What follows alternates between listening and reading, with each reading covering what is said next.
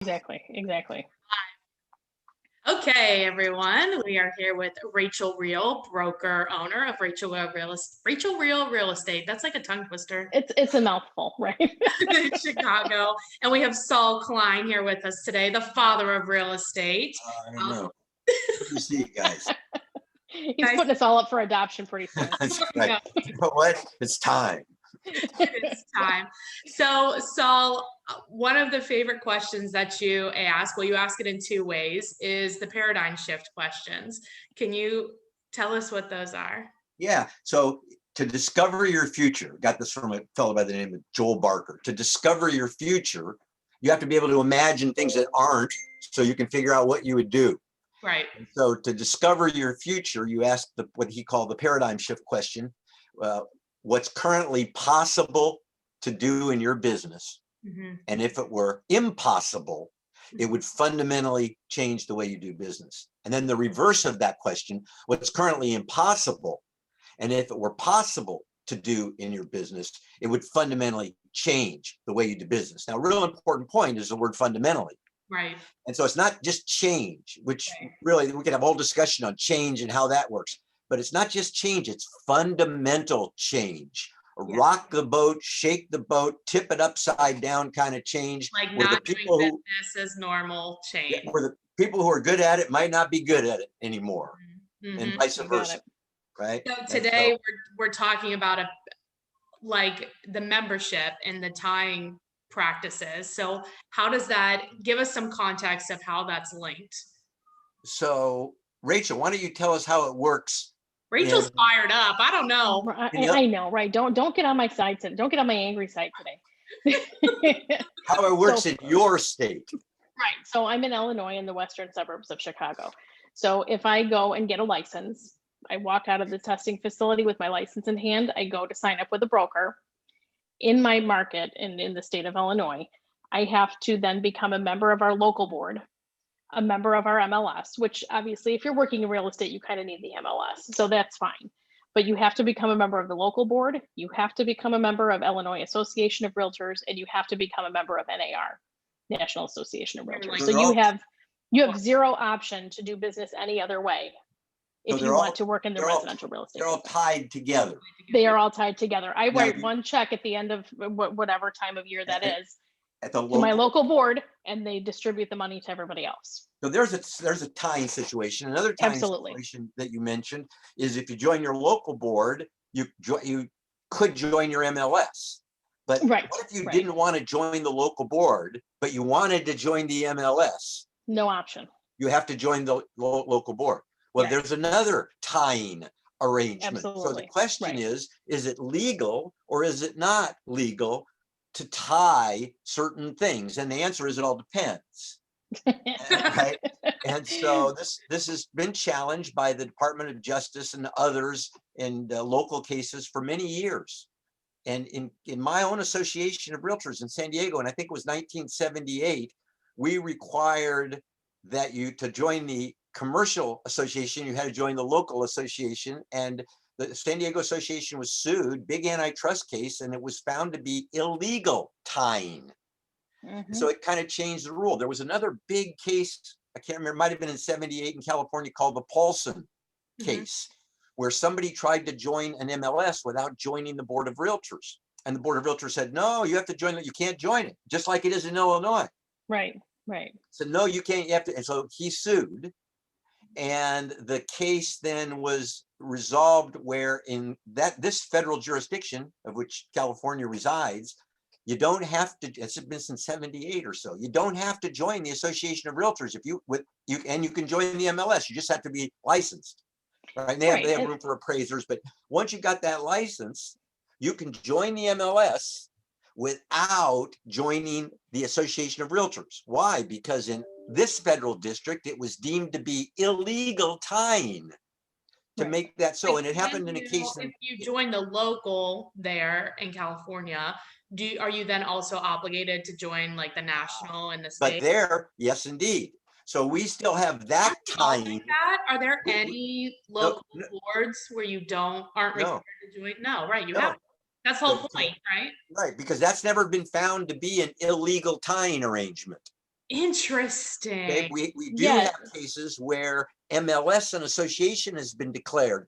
Thompson decision, which affect Georgia, Florida, and Alabama. You can join the MLS. You don't have to be a realtor. And so that, because it was found to be illegal tying in those two federal Well, and districts. that's because too, I mean, appraisers need the MLS access. Well, I guess Well, they have their own like version of MLS. so But if- access changes, right? So, but in those other states, then it was challenged, and some states just capitulated. So some people might be in some state that I won't name it, state ABC, and they say, you know what, in my state, it's not, I don't, because I don't know, so I don't want to give people wrong impression. But the four states I know for sure: California, Florida, Alabama, and Georgia.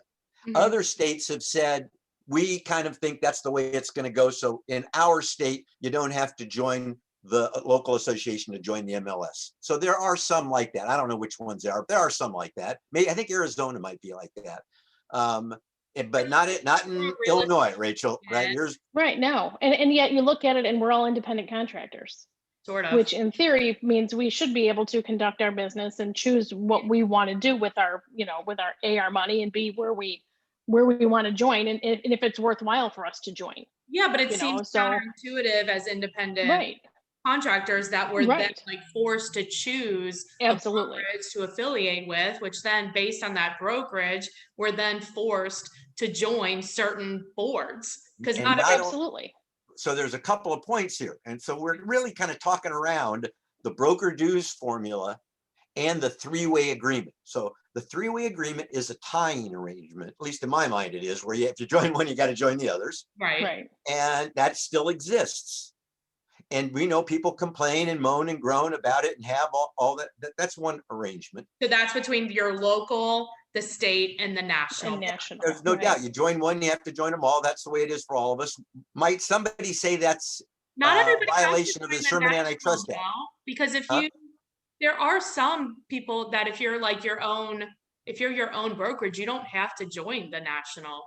Well, I do. I mean, I'm my own No, you sole can't. If proprietor, you join the independent local, broker. Yeah. you can't just join your local. You Right. have to join all three. But once all you goes join the together. national, aren't you then a realtor?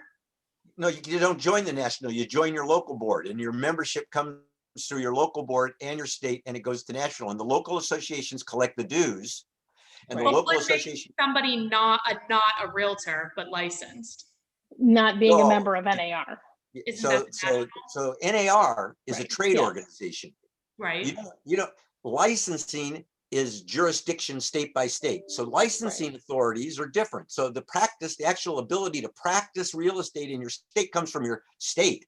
NAR can't give you that. And that's part of the issue too. Self-regulatory organizations, a huge asset, not regulated the way the securities industry is regulated. Or But the we talked insurance. about that last time with the DOJ versus the NAR and trying to.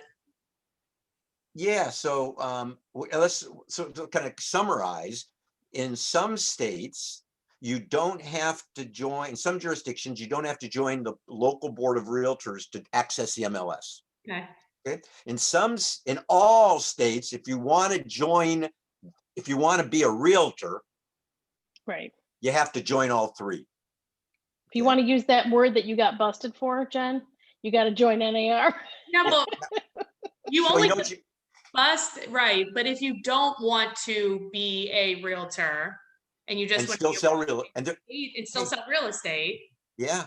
Well, that's a really interesting point. I think the last time I looked, the number of real estate licensees in the country is like 3.5 million, and the number of realtors is 1.5 million. Oh, So Right? those people are people that are like property managers, leasing agents, things that Mortgage aren't necessary. mortgage brokers. Right, mortgage brokers, builders, people that are in the real estate business, but not in the down and dirty residential real But estate. they don't join the that residential most club. of us are. Right. Right. Called realtors, right? This is a trademark and a brand name. Right. Has all Right. kinds of benefits that go with it. It's kind of like McDonald's. You get to be a franchise, and the state kind of gets to be a franchise, and it gets lots of the stuff that gets delivered at the national level is actually delivered locally through the state and through the local from the national, right? And we know some like MLS, Arizona Mission Insurance, from the top down. So there are benefits in this arrangement. Mm-hmm. But we also know that the Department of Justice, we talked about last week, the White House and the executive order. So Right. on July 8th, the Department of Justice backed out of a settlement kind of conference with NAR because the Department of Justice is suing. The United States is suing NAR, and they were in settlement, and it looked like NAR was really willing to do exactly what was requested, and the Department of Justice backed out. Right. That was July 8th. Now, that doesn't mean there's no lawsuit. No. The the United States is still suing the National Association of Right. Yeah, Realtors. they're gonna It's get not a in storm settlement from any longer. They're just coming, they're coming for him now. Now, Instead the of- next instead of day, coming for a nice little agreement. the next day, and I'm going to send you a link to a real interesting conversation. The next day, July 9th, an executive order comes down from the White House. And it says, we're going to use the full strength of the anti-competitive laws across all of jurisdictions to cooperate to go after anti-competitive activities. And it names a lot of different things. But if you read the whole thing, you get down to where it talks about real estate specifically. Mhm. In that particular paragraph, I think it's section 2, Roman numeral 6, XI, in real estate, unfair competition in major internet marketplaces, unfair occupational licensing restrictions. We talked about that last week. Right. Unfair tying practices Which is or what- exclusionary practices in the brokerage or listing of real estate, and any other unfair industry-specific practices that substantially inhibit competition, which sounds like a catch-all. Right. But We're coming after you for everything. if it was deemed that this tying practice between the local, the state, and the national was, if it like got broken up, I mean, what How would that change how we do business then? Yeah, Fundamentally, how would that change how like this is what I think would it be, right? the strategic planning committees at national and the strategic planning committees at states and strategic planning committees at the local level should all be. And when we do these strategic planning sessions, they always ask this kinds of questions, because the purpose of strategic planning is to kind of step out a little bit and figure out where it's all going, so you can Right. begin to figure out what your resources are and where the threats and opportunities and right. And that's the purpose of strategic planning. Well, boy, it's never been more important than right now, because there are some really big issues that are sitting on the table. And so you ask a great question: what happens if? What happens if they came in and DOJ said it's illegal tying? You no longer can you force, if you join the local, you have to join the state, you have to join the national. It's like, I mean, it seems like to me that if you didn't have to do that, then like some of the, I don't know, like, what do you think would happen, Rachel? Well, so The what do you- brokerages well, would first of all, break you got to assume if they break them apart, what Yeah. services do they each get from one another? Right. Right. up. That's what I was trying to think, like, How are what they going to function doing? together, or how are they going to function being separate but having to work together in some way, shape, or form? the Exactly. cost would go up. Maybe- who Isn't knows? it enough already? I'm sure it will, Saul. I'm sure. Right. So I think the people that have the least to worry about are the local associations, because they're the deliverer of the service. Right. They're the Right. ones that the members identify with. They Mhm. typically don't Absolutely. identify with the state or with the national. So if that No. happens, I would think your local organization would become more like a AAA. Except Right. Well, if and I think that they're going to end up with they might end up having to offer a few more services. But I look at like our local board, Main Street Organization of Realtors, and they do a fantastic job. I mean, they have a great staff. I'm on the committee there as the chair of the vice chair now of the Professional Standards Committee. It's great people, great organization, great Yeah. staff. So they do a good job. You know, I think if you took IAR and NAR out of it, I don't know that I would miss anything other than my monthly magazine, quite no, honestly. but I don't know if that's true, because if There is a lot, it's just time- unseen. It's right. I mean, I guess ask me how I feel after I get done taking on IAR over an Illinois property disclosure. right, That'll be an Then interesting that's like conversation. a whole nother thing. But okay, Right. so what do you think about this though? Because we had talked about the that there's something that might be signed where there's like a national reciprocity, right? And what we talked about, that article that was written about that, right? No, so what that article was referring to was this White House order and Right. that particular paragraph where they're going to look at unfair occupational licensing restrictions. Now, whether or not not reciprocity or non-reciprocity is unfair, unfair But competition. that article was talking about, though, I thought it was saying that he may sign something where there is national reciprocity. Well, that's what this whole thing kind of points to, is that the federal government could get more involved and will. Right, that's what I'm saying. Then you have more.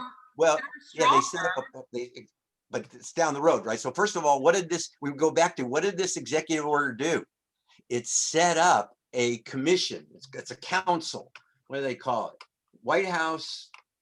And if people want access to it, I'll put it in the send you the links of, I think you've already got the I have the executive order, and I'm going to send you a podcast, a link to a great podcast, and I can't find, well, I know where it is. It's in my email. And it'll be at jennifermertlin.com/vault is where all this will be. So Brian Deese, D-E-E-S-E, he is like the chairman of this committee, National Economic Council. Okay. The National Economic Council under President Biden. This guy, Brian Deese, he's in charge of it. Now, the members of this the first members are the cabinet. No. The cabinet. So the cabinet aren't in charge. This guy, Brian Deese, is running this council. It's in the White House, the National Economic Council for President Biden. Okay. And so it's a podcast, and it's a really great podcast to listen to, because it ties in that executive order. It ties in the executive order. Okay. He says, I'm in charge of this committee, and it's got the moderator's great, and he explains all the things that's going to take place, and how they're going to bring together the forces of government to do the things we've been talking about. And the thing Bernice kind of pointed to in her article in Inman, there's no certainty, but what first has to happen is you've got to get the government to know exactly how it's going to start working together and communicating together, and then using all of its levers to make sure that it uses the force to drive more competition. Some people might say more government regulation. Yeah, that's what it sounds like. So it's critical to read. This is happening. We're not making this up. Right. And you can read the executive order. You can see more competition, as long as the government gets to decide who the competitors are. So there's probably not a universal agreement on the method to get to the best state, right? Exactly. So and there are other people in charge now, and their agenda has been many of these items for decades. And there wasn't. So it sounds like if they were to break this up, it would end up being like much higher national control and responsibility, and then to your point, Rachel, like hyper local responsibility. So like it squeezes out the states. So if the states lose rights, what happens? So I don't think it doesn't mean if the federal government decides that the real estate industry needs regulation, be it federal government regulation or what they refer to as SROs, right? Self-regulating organizations, like the NASD. Well, they might set something up like that's not going to happen tomorrow. That'll happen over and I don't think necessarily NAR would be in charge of that, although it could be. If you've got some kind of national standard, then you don't typically have, except in some cases, a state regulatory. That's what I'm saying. State advocating body, right? Legislative advocates and that kind of activity. Education. If the state's licensing, but if the states, where do they move licensing to? Right. So none of that is right. So when you look at how the laws and even just in a property disclosure format, how the laws are so different across different states, the state's not going to disappear. So I'm not. I mean, if I'm collecting property disclosures right now to compare Illinois to other states, they are all grossly different. I mean, yes. Crazy different. And I think Bernice in her article, I'm not so sure that that it's that easy to accomplish at a federal level. Now, so what is something then that would achieve that purpose, kind of, but not everything? Reciprocity.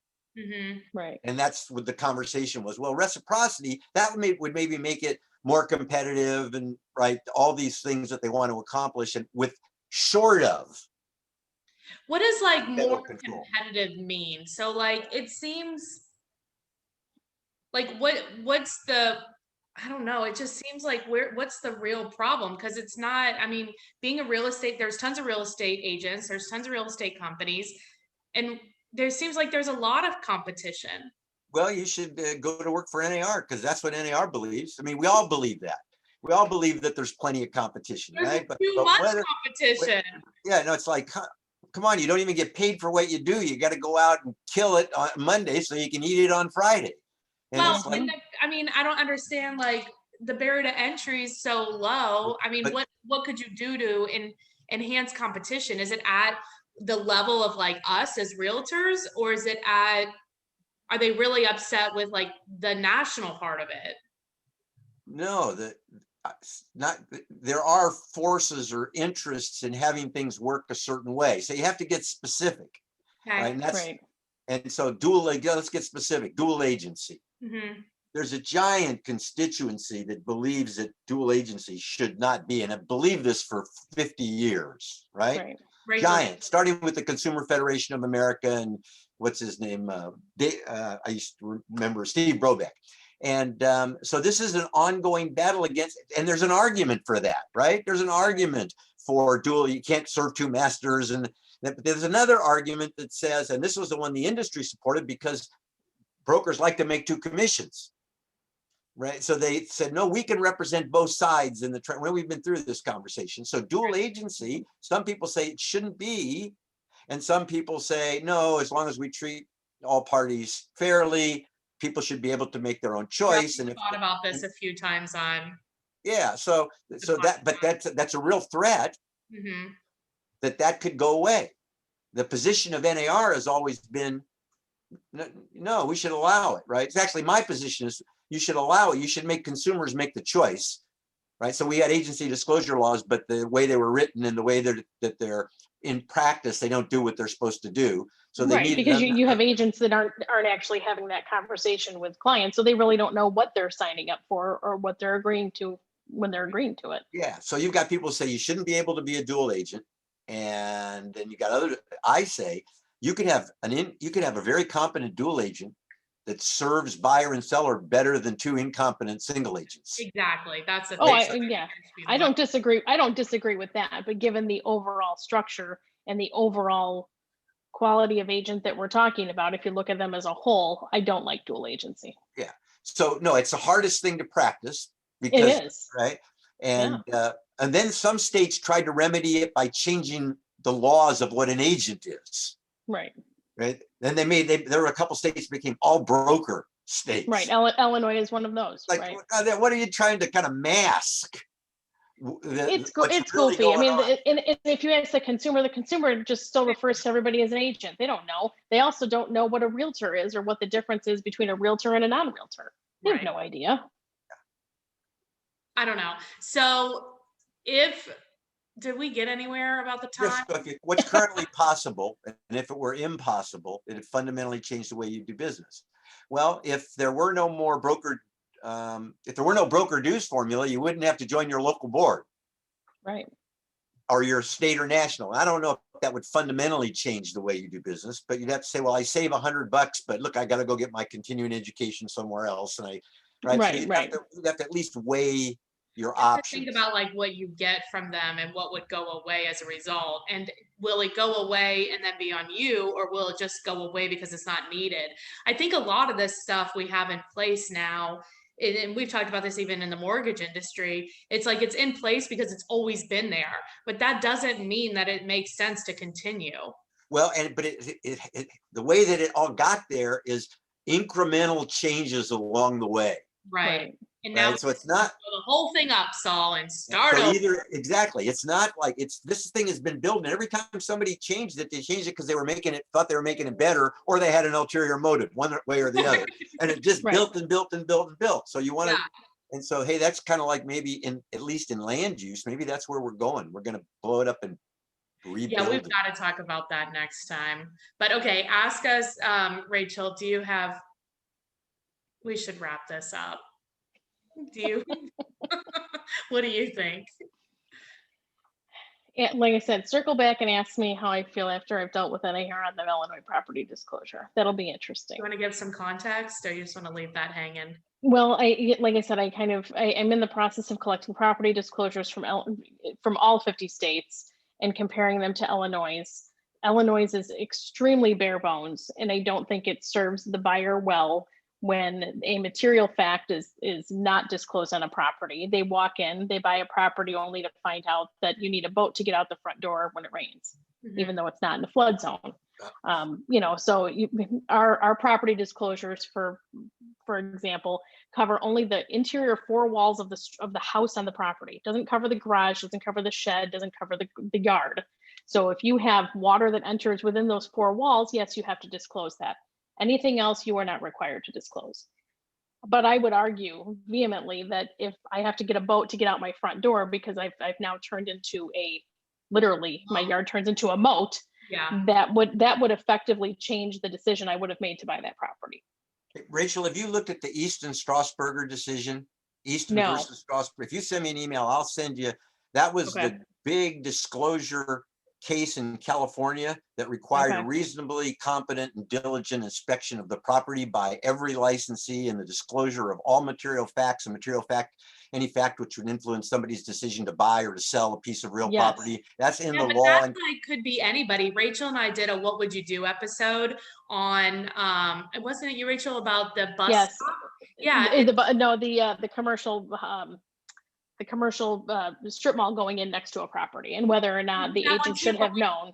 But we did a There was a bus stop. Right. Yep. We did a Yep. bus stop one where it was like the person, so the buyer and the seller were represented by different agents, and like you don't know the other client, right? You don't really know them. And the buyer that was buying it, they needed the bus stop within a certain distance. Well, when the bus stop moved, is that a defect of the property? But like how, I mean, it could be anything. So you know how that works out? The answer is it all depends. It What does. happens is litigation. I did this for about 10 years. That litigation, in addition to other things, is great. In addition to other things, expert witness work. So then you call in expert witness and they ask you, what's the standard of practice? What should have been known or what shouldn't have been known based on the expertise. And the first thing they do is qualify you as an expert. Okay. And then you just read, and it's great because you get paid by the hour, and you just read deposition after deposition. And very seldom you go to court, they settle, but they usually depose you as an expert. Mhm. And in all your credentials, and then they say, is this something that would be expected or not expected in your opinion? Yeah. And Right. that's what, and there's a whole industry around being an expert witness to decide these individual kinds of things. So in your case, Right. should that agent have known? And Right. what would have figured that out is some experts arguing over that, or well, and in court, is it part of like, is it part of the disclosure because it's like a material matter? And what if there were no property disclosures because they weren't always there? there weren't any when I started selling Right, real estate. because Well, everything we grew represents into the that. seller. So then the question is, how much is enough? So maybe if there's Right. any bus stops within 10 miles, you have to say there's a bus stop within 10. I don't know if it'll ever be changed, but it might be someday. So you need to pay Right. attention to this, right? Oh my gosh, this is a lot. Well, Saul, if It's a people lot. want to get a hold of you, what's the best way? Saul at bettercallsaul.realtor. You can go to the Data Advocate. Is it up? It's up. I don't know how much is there, but go there and look at it. And because I know I'm adding stuff to it, and John Riley's putting up stuff every day. Whether he took the curtain off, I don't know. But the dataadvocate.com, because we're talking about and going to continue to talk about in depth and timelines, all of these things that are happening today that will affect most of the people that list and sell real estate today. They just don't know that yet. I mean, and Right. I that's think that's a good point. Right. There's, if I went and asked, a dozen agents in my market right now, are you aware of all these things that are going on? I'm going to guarantee that maybe 0 to 1 out of a dozen, or even more than that, would know what we're talking about. well, the fact is, Rachel, like, I mean, for me, like, I'm trying to know and I still don't Right. know because Right. it's so convoluted and there's so much. There's so much. There's a lot of interwoven stuff. One of the things that I'm working on right now is because it's a huge body of knowledge. So Yeah. I'm actually creating a curriculum. If I had to present just like I had to take people online, if I had to present stuff in the right order so that people got enough pieces so that they could move forward and create a vision of what we're talking about, what would that look like? And Right. that's what we did for ePro, and that's what we did for putting listings on the internet. And That's now awesome. it's this big chore that requires people look at a lot of things that they don't address every single day. And that's the Right. issue. How do you get people Right. to look at these things that are going to affect them, but they don't have the time, they think, to see it? And because it's in such a We don't have the big context. context, they can't see it Right. anyway. And most Right. of the pieces that are written are opinion pieces. Well, So if it's you a read lot of Inman like, and yeah, it's a lot of like what you don't know what you don't know type situation. Well, that would be cool. well, if they're written. they're out of context. And Bernice's article was great, but look at we dug down to get down to the basis of it, which was this executive order. Right. The Right. little paragraph in it, she stated that, but unless you were kind of aware of that, you'd wonder why that was even there, right? Right. Right. Exactly. No, Exactly. I think it's important for agents to take the time to at least understand that there's things that are coming that are going to affect our business in general. And that if they want to be able to be prepared and know how to navigate this stuff moving forward, they've got to dial into it at least a little bit. A little bit. You should know what's going on. Yeah. Well, when I'm Zara of Real Estate of the World, you guys will be on my cabinet. There Is we that go. a paid position or is it a volunteer? But I'll volunteer for it. Everything's pro bono. Come on now. What's that? I said everything's pro bono. Come on. Yeah, exactly. Right. Well, Rachel, if people have a referral for you in Chicago, what's a great way to get a hold of you? Best way to reach me is by cell phone at 630-542-8688. And I am in the process of changing my URL to something that people can spell. So that'll be happening soon because my first name, no one can spell it. Nobody can spell it. I probably Nobody can spell it. No one spells it. Sorry. All right. And if you want to get a hold of me, it's 513-400-1691. And this has been another episode of Better Call Saul. Thank you, See you next- Saul. Thanks, See you Saul. next time. Rachel. Bye.